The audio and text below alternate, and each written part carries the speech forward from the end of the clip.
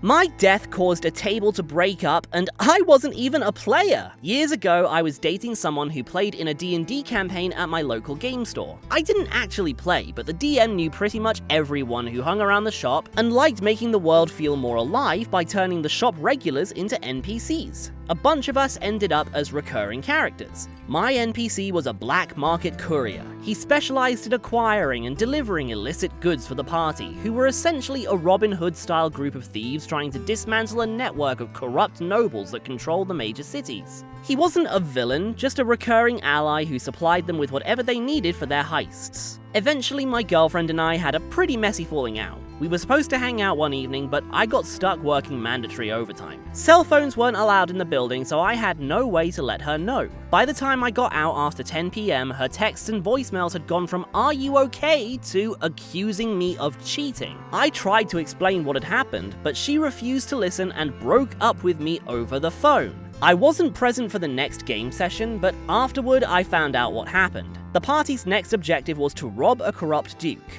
She insisted that my NPC be the one to deliver a magically booby-trapped package to him. The moment my courier handed it to the duke, it detonated. The explosion killed the duke, my NPC, and the duke's young son. Up until that point, the party had been infamous for stealing from corrupt nobles, not murdering them. In one move, she had killed off the party's primary black market contact and turned the group into child-killing terrorists. From what I was told, the rest of the table was furious. They weren't just upset that she'd used the game to kill off the NPC based on me, they were also angry that she'd completely derailed the campaign and permanently changed their characters' reputations. An argument broke out almost immediately. She stormed out and never came back. The discussion then shifted to the DM, with several players asking why he had allowed it to happen in the first place. That turned into another fight, and before long the campaign fell apart entirely.